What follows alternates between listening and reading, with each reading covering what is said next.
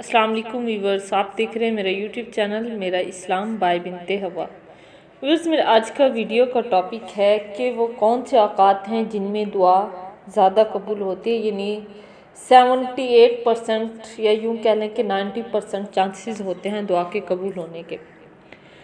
तो देखिए, दुआ के लिए कोई वक़्त वैसे तो कोई मखसूस नहीं है, लेकिन फिर भी चंद एक औकात का इस्लाम में या यूँ कह लें कि हदीस में ज़िक्र है कि उन औकात में अगर दुआ मांगी जाए तो दुआ इंसान की 100% कबूल होती है।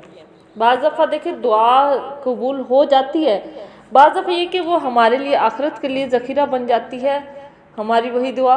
और बाज़ दफ़ा हमारे ऊपर अगर कोई प्रॉब्लम आनी होती है, कोई हादसा पेश आना होता है, तो हम हमारी दुआ के ज़रिए हम उस हादसे से बच जाते हैं और बाज़ दफ़ा हमारी दुआ फ़ौरन ही कबूल हो जाती है।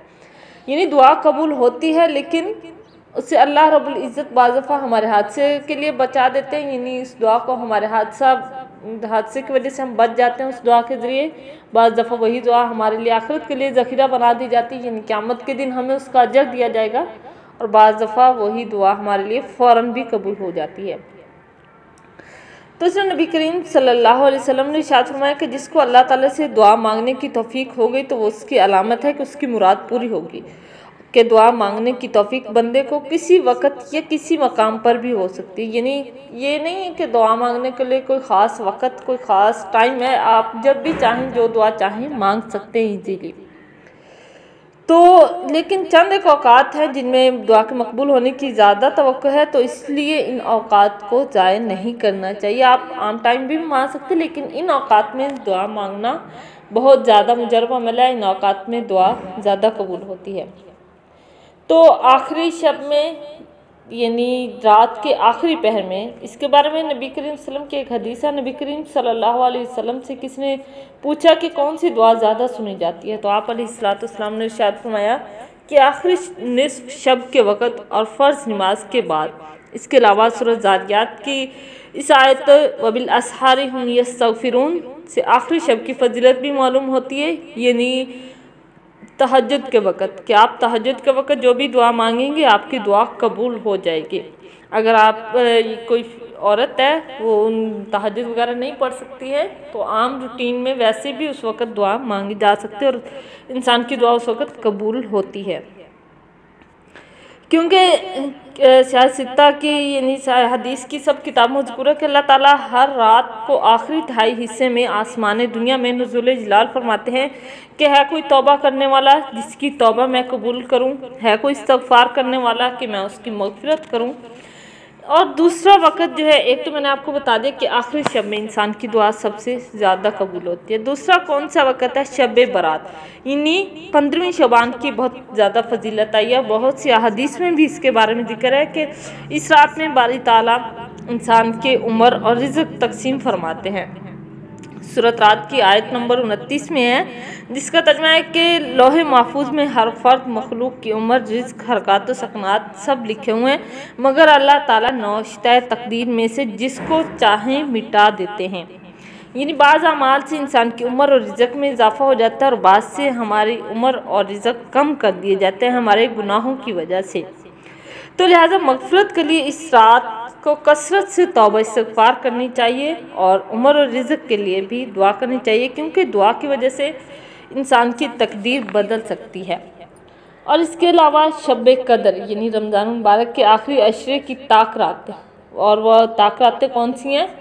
21वीं शब कदर और 23, 25, 27 और 29 रमज़ान मुबारक। इनमें भी 27वीं रात सबसे ज़्यादा काबिल एहतमाम है। यानी इस रात में शब कदर होने के ज़्यादा चांसेस होते हैं, तो इसलिए कहा गया लैलतुल कदर का भी हुक्म आया है कि रमज़ान मुबारक के आखिरी अशरे में लैलतुल कदर भी है। तो इसलिए सऊदी अरब में है रमज़ान शरीफ का आखिरी अशरा क़ियामुल लैल में गुजारते हैं। यानी वो पूरी रात जागते हैं कि नामालूम शब कदर किस तारीख़ में हो, तो इसलिए वो लोग सऊदी अरब के लोग इस रात में जागते भी हैं। इसके अलावा चौथा नंबर पर आ जाता है शब जुमा, यानी जुमा की रात को। तो ये शब नहायत मुबारक और मकबूलियत दुआ के लिए बहुत मखसूस है। यानी इस रात में भी जो दुआ मांगी जाए वो कबूल हो जाती है। और 5वें नंबर पे है सात जुमा। तो इसके बारे में चंद एक अहम बातें हैं। बात करते हैं जुमे के रोज़ एक घड़ी ऐसी आती है कि इसमें जो भी दुआ मांगी जाए वो कबूल हो जाती है। मगर इस घड़ी के तयन में यानी वो कौन सी घड़ी है, वो कौन सा वक़्त है कि जब दुआ कबूल होती है, तो इसके बारे में उलमा के मुख्तलिफ अक़वाल हैं। अव्वल तो ये कि इमाम का खुतबा के लिए बैठने से लेकर नमाज से फ़ारिग होने तक, यानी जब इमाम खुतबा के लिए बैठता है उसके बाद फ्री होने तक वक़्त होता है, तो उस वक़्त में जो भी दुआ मांगी जाए वो कबूल ज़रूर होती है। दूसरे नंबर पर है असर के बाद से लेकर गुरूब आफ्ताब तक। और तीसरे नंबर पर है दौरान खुतबा, यानी ज़बान से दुआ ना करे बल्कि दिल में जो भी दुआ मांगे या जो दुआएं ख़तीब पढ़ता है उन पर दिल ही दिल में आमीन कहें।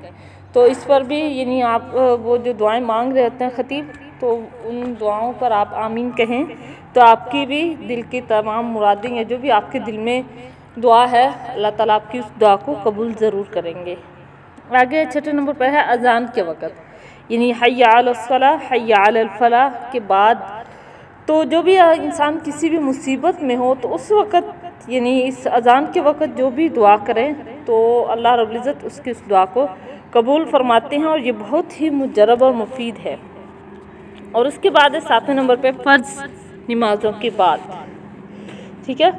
और 8वें नंबर पर है कि आब ज़मज़म पीने के वक़्त, यानी जब आप आब ज़मज़म पी रहे हो, चाहे आप किसी भी कंट्री में रह रहे हैं, आब ज़मज़म आपके पास मौजूद है, आप घर पर हैं। ये नहीं है कि आब ज़मज़म सिर्फ अगर आप सऊदीया में पी रहे हैं, बैतुल्ला में पी रहे हैं, मदीना में पी रहे हैं तब आपकी दुआ कबूल होगी, नहीं, बल्कि आप घर में भी अगर आब ज़मज़म पी रहे हैं तो आप जो भी दुआ मांगेंगे आब ज़मज़म पीने से पहले आपकी दुआ लाजमी कबूल होगी। आगे नंबर 9 पे है बैतुल्ला पर नज़र पड़ते वक़्त, यानी फ़र्स्ट ऑफ ऑल जब इंसान बैतुल्ला को अपने सामने देखता है, इन जब लोग हज के लिए जाते हैं या उम्रा के लिए जाते हैं, तो फ़र्स्ट ऑफ ऑल जब बैतुल्ला पर नज़र पड़ती है तो उस वक़्त इंसान जो भी दुआ मांगे इंसान की दुआ लाजमी कबूल होती है। और नंबर 10 पे है यौम अरफा। तो ये भी मकबूलियत दुआ के लिए बहुत ही मुबारक है और मखसूस दिन है। इस दिन भी जो भी दुआ मांगी जाए तो इंसान की दुआ कबूल होती है। अच्छा, अब हम चंद उन मकामात का जिक्र करेंगे जिनमें दुआ ज़्यादा कबूल होती है। ये तो हमने औकात का जिक्र किया कि वो कौन से औकात है जिनमें दुआ ज़्यादा कबूल होती है। अब आगे हम उन मकामात का जिक्र करते हैं कि जिनमें ज़्यादा दुआ कबूल होती है। तो तमाम मुतबर्रक मकामात पर कबूलियत दुआ की ज़्यादा उम्मीद है, इसलिए हज़रत इमाम हसन बसरी रहमतुल्लाह अलैह फरमाते हैं कि मक्का मुकर्रमा में 15 मकामात ऐसे हैं जिनमें दुआ की कबूलियत मुजर्रब है। तवाफ़ में, यानी आप जब तवाफ़ कर रहे हों उस वक़्त, और मुल्तज़िम के पास, बैतुल्ला शरीफ के अंदर, और ज़मज़म के कुएँ के पास, सफ़ा मरवा पहाड़ियों के ऊपर, और साई करने के मैदान में, ठीक है। जब आप साई कर रहे होते हैं यानी सफ़ा मरवा के पहाड़ों के दरमियान साई कर रहे होते हो तो उस वक़्त भी आप जो भी दुआ मांगेंगे आपकी दुआ कबूल होगी। आगे है मकाम इब्राहीम पर, और अरफात में, मुज़दलिफ़ा में, मिना में, और तीनों जमरात के पास, ठीक है।